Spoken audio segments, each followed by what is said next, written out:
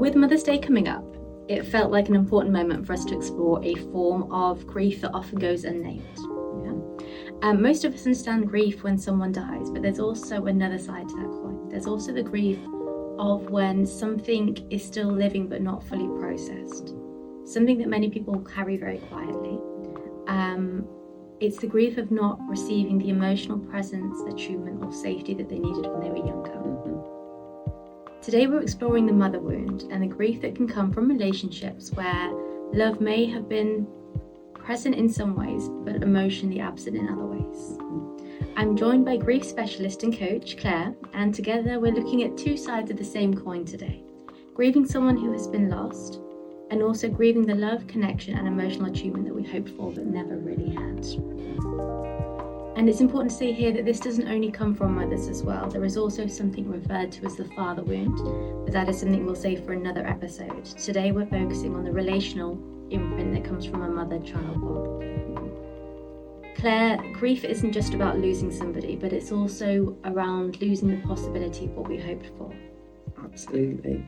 Yeah, a big part of grief is unmet hopes, dreams and expectations. So if we think about childhoods where we didn't get our needs met, or we didn't get to enjoy a childhood actually often, that it became a space where you had to grow up very quickly, potentially even became the parent very, very early on, is that as you grow and develop, because you might not even recognise it as grief when you're younger, it's a sense of sadness. But as you grow and develop, those feelings that you didn't get met sit there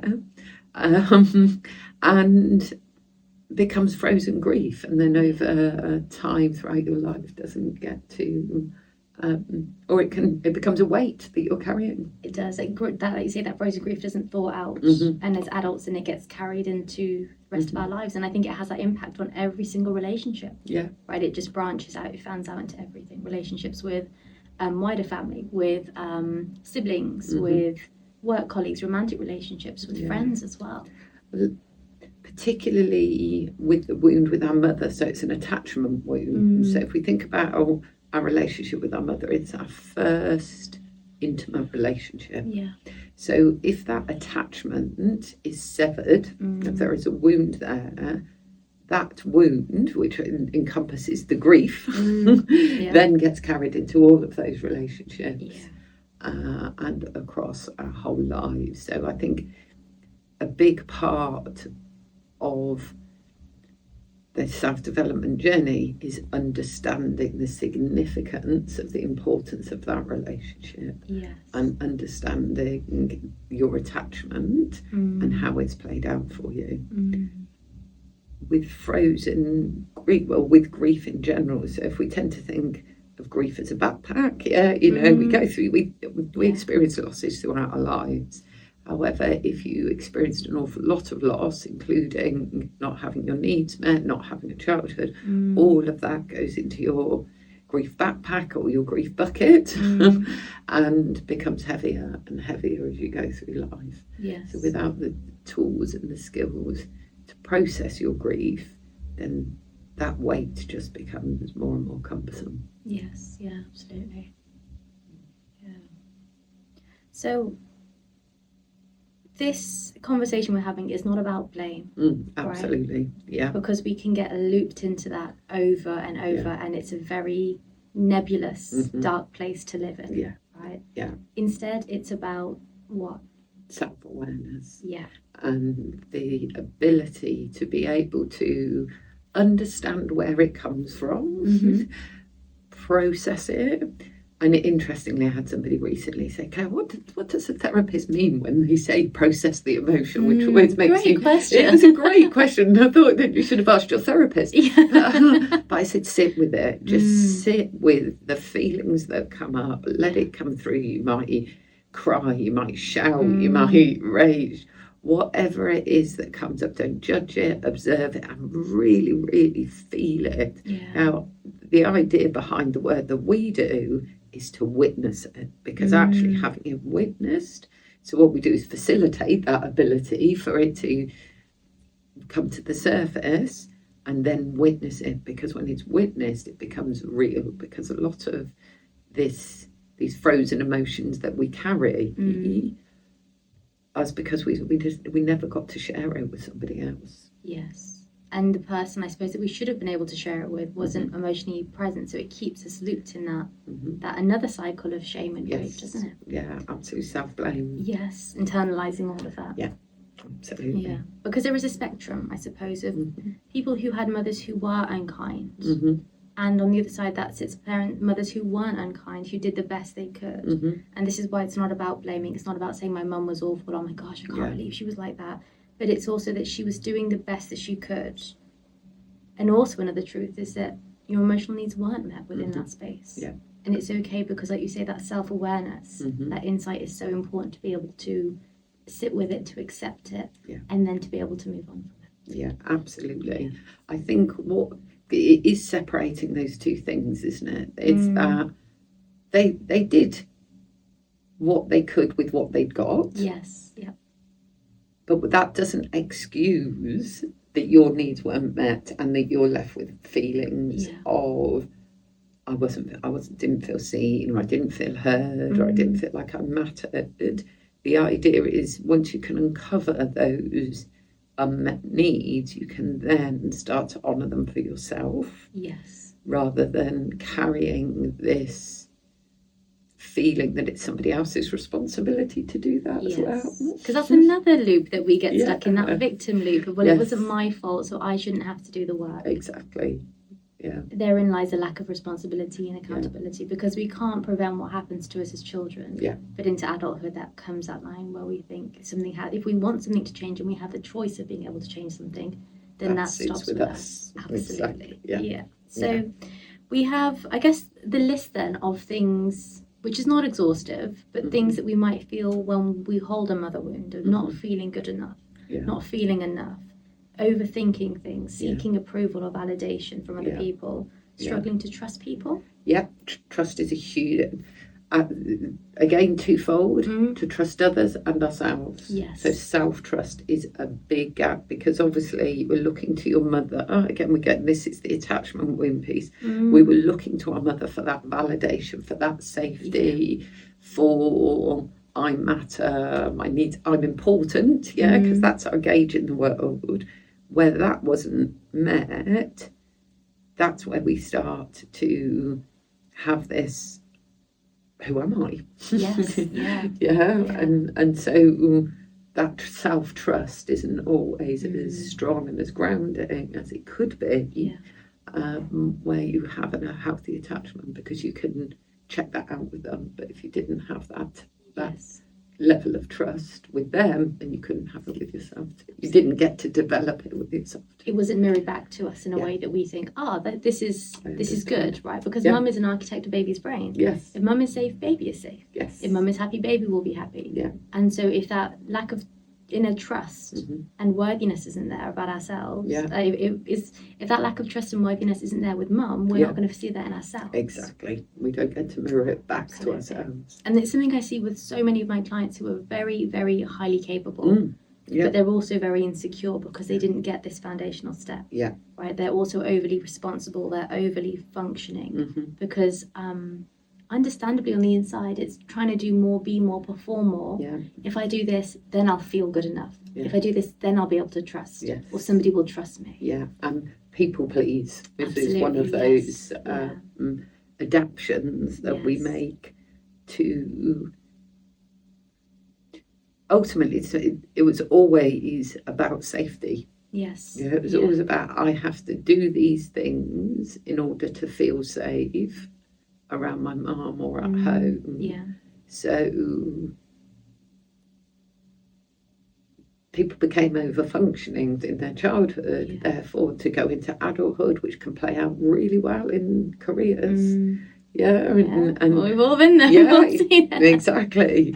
So you just, people just keep going, they keep delivering, but it often gets to a point where the realization hits, that is a set of adaptations in order to feel safe in the world. It's not internally driven. Yeah. That says, actually, where do I really feel as though I get the value from from making a difference, rather than try to do it for the validation of others. Yeah, absolutely. So what does it look like then, to contrast that? What does it look like when emotional needs are met?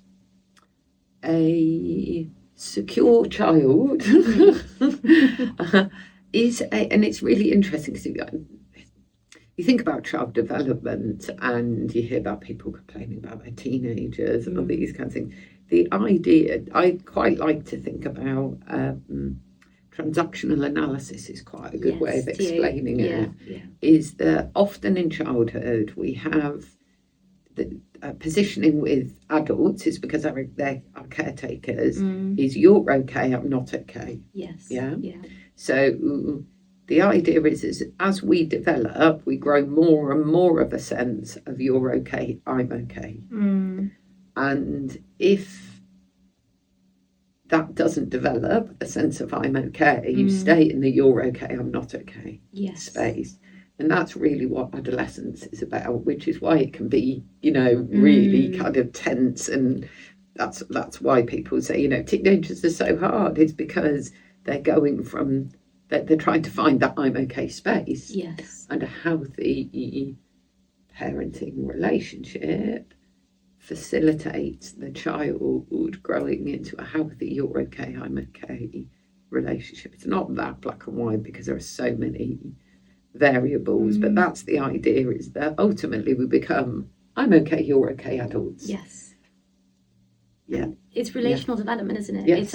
It's that self-worth, trust and inner safety. Yes. And from children we go from relying on our caregivers for that. Yeah. Like you say, adolescence becomes the balance switches a little bit from needing mum and dad to, I can give this to myself. Yes.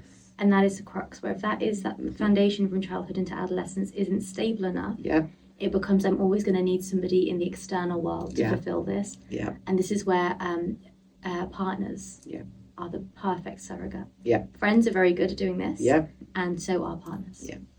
And that's why we get into codependence territory. Yes, we could do all around the houses, couldn't we? Absolutely. So feeling fundamentally trustworthy of yourself. Yes. Not needing to seek validation. Yeah. Receiving love is a big one as well. Yeah. It's very important that I'm worthy enough of having this. Yeah, absolutely. And that's the self-worth, isn't it? It's developing a really sense of self-worth that I'm not going seeking to be loved at all costs, but understanding what healthy love looks like. And boundaries obviously is such a huge part, and I think when you've had an attachment with boundaries can be very, very fuzzy as to what do I protect and what don't I protect, because it depends on the environment you grew up in as to what was safe. Absolutely. And I see this with a lot of really successful businesswomen as well, that they don't take the plunge as much as they should, or they feel able to. They don't trust themselves enough. And it's like we said at the beginning, everything branches out into this. Why can't I do more? Or even I think things like social media and being seen, being visible is a huge part of that. If it doesn't feel safe to be seen, to have needs, because that safety wasn't mirrored back to you, then it's going to be terrifying for somebody to say, can I put myself out there and then not risk rejection or abandonment because of it? Or even criticism. Because I think often young girls growing up, and I hear, there's some behaviours of mothers towards their daughter. There's a very strange jealousy that goes on. The mothers are jealous of the daughter, and it can be things from the opportunities they've got, their youth, the attention of the father. There's this genuine kind of resentment towards their daughter.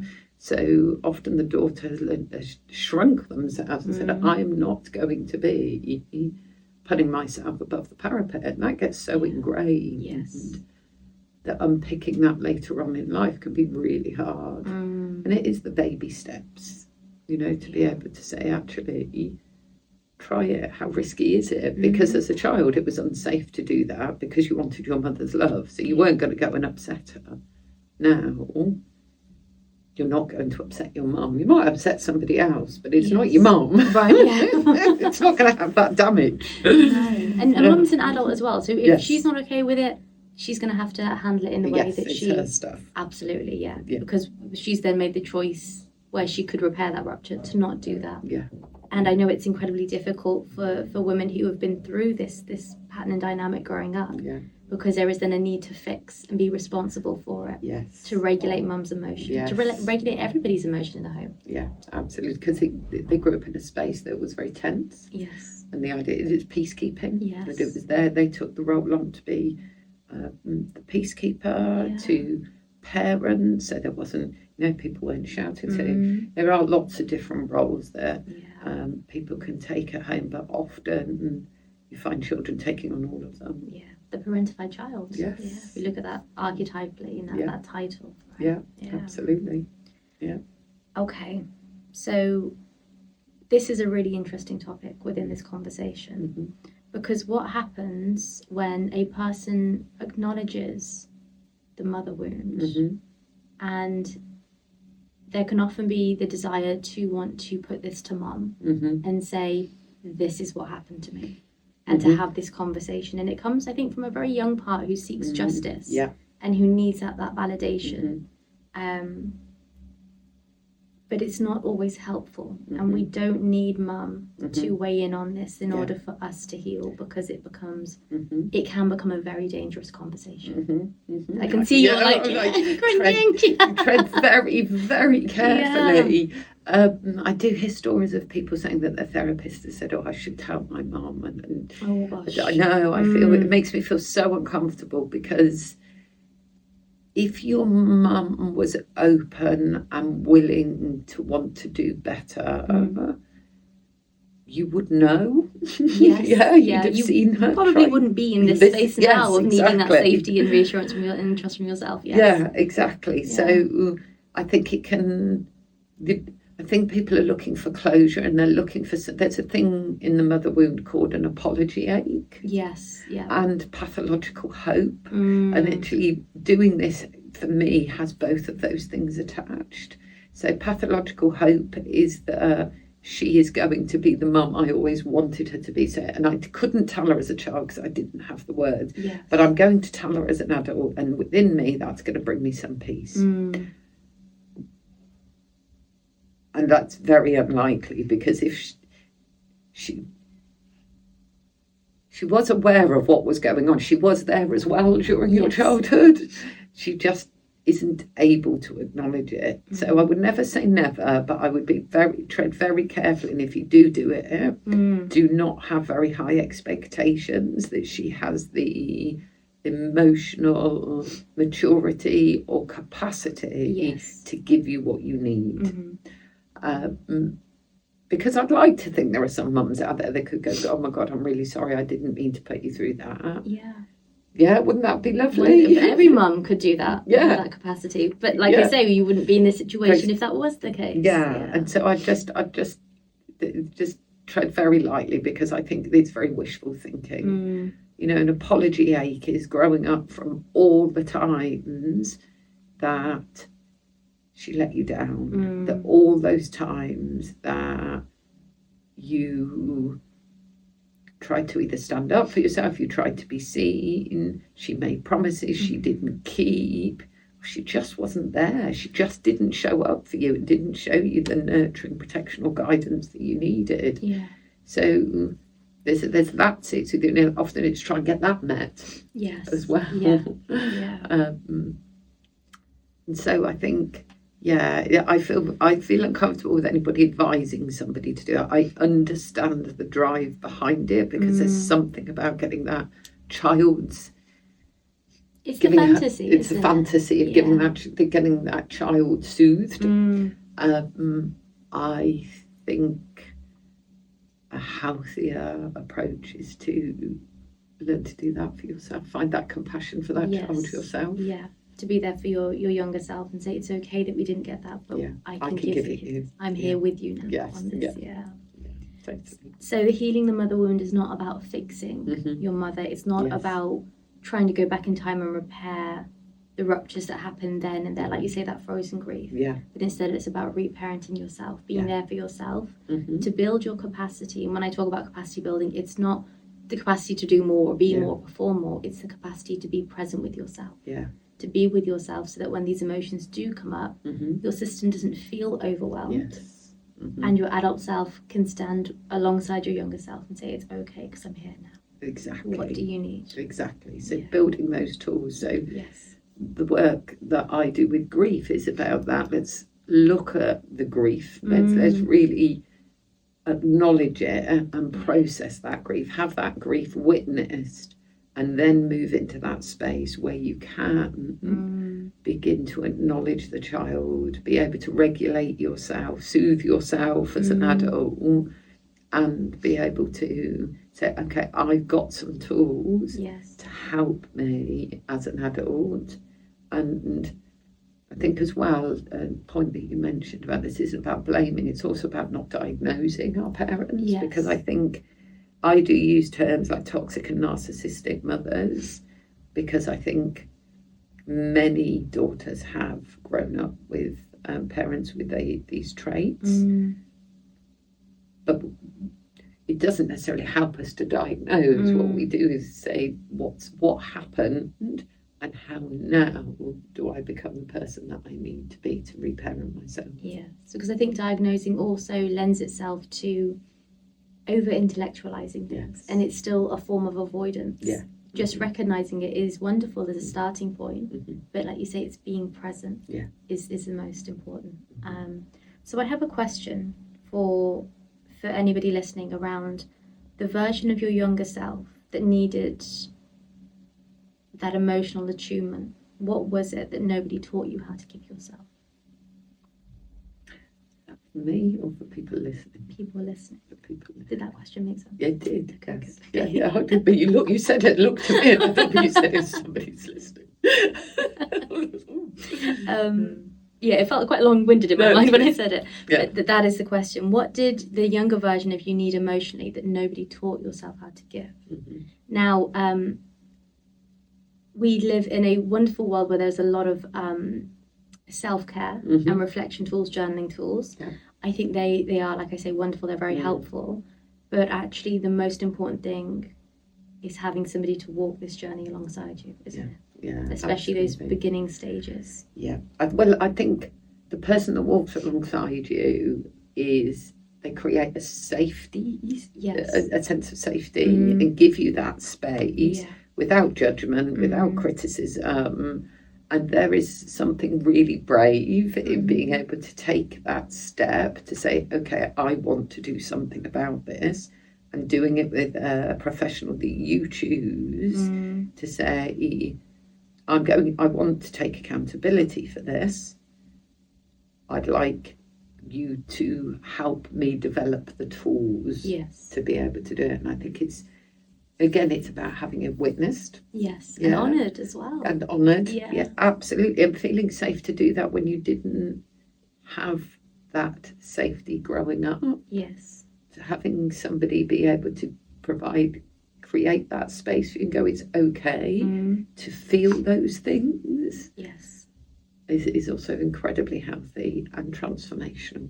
Without the guilt, without the internalized shame, because the wound happened in the relation, it will get healed in a relationship as well. Right, absolutely. Teaching that it's safe to go out and try something new, and I can still be here with myself, right. And I think that this conversation, if it resonates with somebody, there is certainly a deeper relational story there. And I would certainly urge anybody who's hearing this to just reach out and have just even a quick call with a professional, with a therapist about this, because it is really important. And I think it's so, we'll come on to this in a moment, but it's so freeing once you've done the work to be able to live. It changes everything. Doesn't it?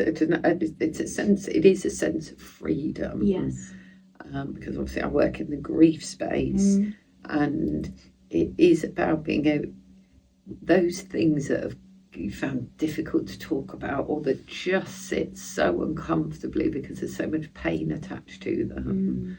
When you've grieved them, it's this sense of lightness. So you can still think about it, but it's not discomfort. It's not uncomfortable anymore. It's there because it's your story. So you never want to get rid of it because it's who you are. But you're able to move forward, and it's not this incredible weight that you're carrying around, feeling like it's incredibly heavy. Whereas you just get a sense of lightness, and the more grief work you do, the lighter you become, because often we're not really taught how to grieve. Grief. We're not taught about any emotions at school, really, are we? It's just do your English and maths and just crack on and go to uni, and that's it, right? Yeah, absolutely. Yeah. So the grieving allows a space for self-compassion, for love, for understanding, but also for healthier relationships. Yes. And I think it's really important to say that when we sit with emotions like grief or anger or sadness, anything that makes us uncomfortable, we don't have to stay in that space forever.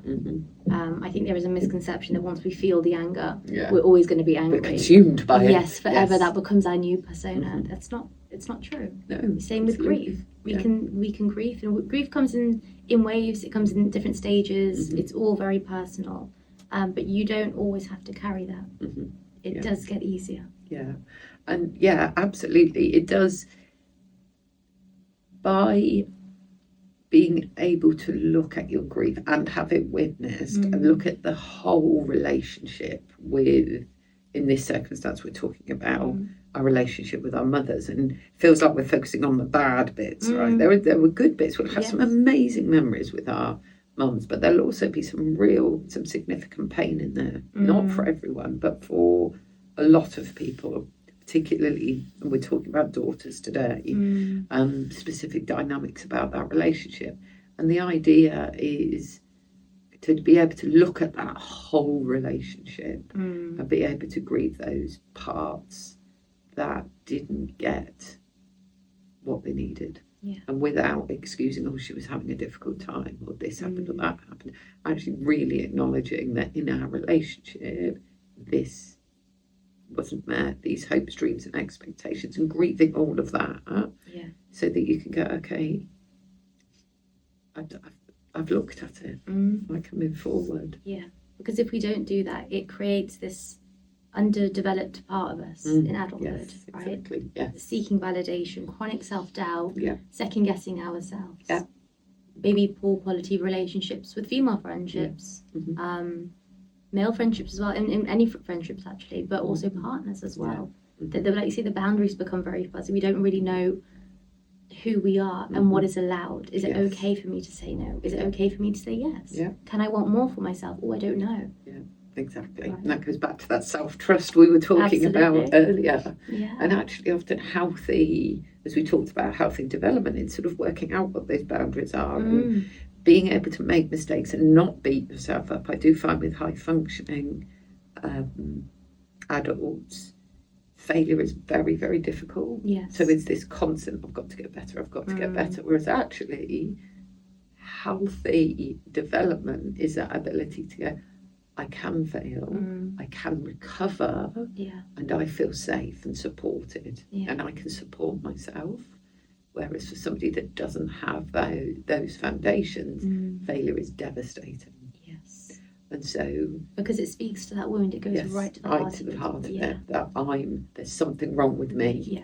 And it makes it in that, by doing the work, really helps you develop and gain that emotional maturity to be able to. It doesn't mean failure doesn't hurt, because it hurts everyone, but it's about being able to go, okay, what did I learn from that? That hurt. I'm going to grieve that hurt. And what did I learn from it? And picking myself up and moving forward. So it's not debilitation. We don't avoid failure. Yeah, absolutely. Because it is, like you say, avoidance of failure becomes avoidance of trying, of anything new. It keeps us small then, right? Yes, exactly. It keeps us in this very cushy, comfy place, but there's no growth. Right? There's no exploration of like, what could my life look like? How different how much more amazing could this be for me? Exactly. Yeah, absolutely. Okay. So liberation when we're on the other side, right? This freedom, not needing other people's validation, being able to, I suppose, go from I need this to be perfect to work out, otherwise it's going to go awfully. And deep down, even if we don't think it unconsciously, we know, okay, it's going to go right, like we say, right to the heart of this wound. We go from that to, I've set everything up. Even if it doesn't work out, even if it's not perfect, I'm going to be okay. Exactly. I'm all good. It's this silver lining we look for there. What was good about it? What wasn't so good? Maybe there's a benefit. Maybe I can learn something about myself through this. Exactly. So it is about going, okay, I'm going to get all my ducks in a row, because it's still very much, a big part of this is taking control of your own life. But having compassion that we are imperfect human beings and being okay with being imperfect, and finding, because there's a balance in all of this, isn't there? There's one of my favourite words is there's a balance. We want to try, we want to strive, we want to move forward, we want to do well, but we don't. But perfection is really uncomfortable. Because whose version of perfection and all of that? And can you imagine trying to fulfill everybody else's version of perfection? You'd be knackered. I think that's just why so many people are trying and burning out, because of trying to be the perfect wife, mum, partner, colleague, boss, everything, and you can't do it, and that's okay. It's absolutely okay. And that goes back to that self-trust. I know my standards. I know what's good enough for me. I know what I will accept, and being able to be okay with that. And that does take time, and there's all of it's development, isn't it? Because where we're talking about, going from keeping yourself small to being the person you really want to be, it's not an overnight journey, and particularly people that have had that original attachment with their mother severed, that wound, that is a lot of work to repair and to rebuild yourself. And I don't mean repair with the mother, I mean repair within yourself, that sense of worth within the child, and continue to build her, so there isn't a one size fits all, because everybody's relationship was different. It's being committed to knowing that it can be done. You are worth it. Absolutely, 1,000%. And that you can build a great life without your family being perfect. And I think, I know definitely because the reason we're talking about this today, it speaks to a lot of our own experiences. I know when I was younger, there was a case of wanting to try and fix my family, and can we all go into therapy as a family? And again, it goes back to that. Some people just don't feel the need. It's choosing your own personal journey and being willing to just keep developing. And I think that's a lot of what healing is consciously choosing to let go of old relational patterns and form new ones. That I know this was the past, but this is what I want for myself. I get to choose how this looks like. Exactly. I'm going to make it happen, because I deserve to make it happen. Exactly. And it's a bit of I suppose it's almost the way I see it in my mind as building those foundations to have your dominoes all set up in a row. And then if we start from once your foundations are good, you go to self-worth development. I want more, why not? And we keep going, keep growing in that space as well. Exactly. But it's being patient enough to know to get those foundations right, and then continue to build on them. And not try to rush it as well. I think sometimes there's this need, this impatience of I've got to fix again, that need to fix everything. And actually it's a personal journey, and pick the speed that's right for you. And we can't rush it, because these parts within us know, it's just another performance. She doesn't really want to sit with us, so they clamp down a little bit harder. They'll double down on, I'm not letting this go. And so there's a paradox that when we give these parts the space and time they need, and we sit with them, and for as long as it takes, they will lift when they're ready. And it's often at that point, it happens quite quickly. Because I think, okay, she's got it. And it's almost like a switch. That, okay, she's got it, cool. We can sit with this. It'll be, I don't know, however long, but not as long as we initially thought it would be. Yeah. Yeah, and it's just having that patience and trust yourself, because what I tend to find is the subconscious is quite incredible in many, many ways, is that it brings up what you can deal with at the time. Yeah. And, you know, I won't think about something, or I'd forgotten about something, and then I'll be in a particular space and something will come up and I'll be like, oh, I completely forgotten about that. Okay, I'm going to sit and look at it and feel it and acknowledge it. The mind is always trying to heal itself. So let's help it along a little bit by little bit, right? And it will just drop little gems of, oh, she's ready for this now. I'm going to let this go. And I think a lot of people see it as an overwhelm. Oh my gosh, this has come up. What happens now? This is a good thing. I say to my clients, this is good. This has come up. It means that you've built that internal safety. You've built that capacity to be with yourself.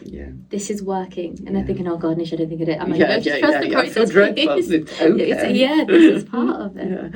And that, I think, is a really important point as well. Is feeling discomfort is not a bad thing. We are surrounded all the time by life should be like this. It should look this amazing. We should look this way. We should be happy all the time. We shouldn't. No. We are human beings. Good things happen to us. Bad things happen to us. It's okay if we're feeling really crappy and we just, we're not up to it and not up to doing something. It's okay to say no. It's this sitting with uncomfortable things is actually part of the growth too. Yes. It again builds your capacity to be with the good and the bad. Exactly. And I just think that we've often, the avoidance of discomfort is a survival thing in the sense of, I need to keep moving forward, that's stuck in that anxious survival mode. Whereas actually, if you can recognise that you're doing that and sit with it, then it creates that capacity and actually gives you more space beyond it. But it's being brave to go, okay, and admit, okay, I don't like this, it's uncomfortable, but sit with it anyway. I can still be with it. I hate this feeling, but it's okay, I want to be with it. Yeah, and that's a huge part of grief, and that's why I do what I do, is to hold people in that space and go, this is really, really uncomfortable. We're going to sit here, and I'm going to keep you safe, metaphorically, and emotionally, we're going to go on this journey together. And it's really, really uncomfortable. And that's okay. Yeah. Because you say it's really uncomfortable, but I think in our minds we make it to be more uncomfortable than it actually is. It's the fear that can sometimes get us, but we pre-anticipate, like, oh gosh, it's going to be awful. So you know what? It's better to just not open up this jar of anything anyway. Yes. But when we sit in it, it's not that bad. I dare even say that sometimes we can enjoy the journey of self-discovery, right? It's not that bad. But we've been conditioned to believe if it's not perfect, then we've got to keep striving for perfection. Yeah, we can't show anybody else that it's hard either. Yeah, it's that cycle, isn't it? Yeah, grief often feels like fear. And there is this often that if you take the lid off, it's just going to unravel. Yeah. It might unravel, but whatever threads unravel, you get to stitch together something beautiful for yourself. Yeah, and the wheels aren't going to fall off.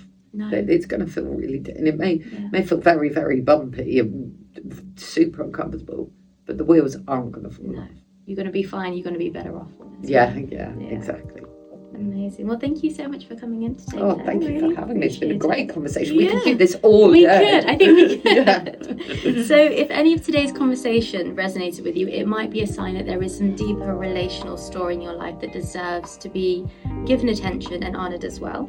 The work that Claire and I both do helps you to understand these patterns and begin building these relationships with yourselves and with other people. And in a way that feels safe and nourishing. So if you feel called to reach out, you can find more about working with both of us. I will leave it in the show notes below. Thank you. Thank you.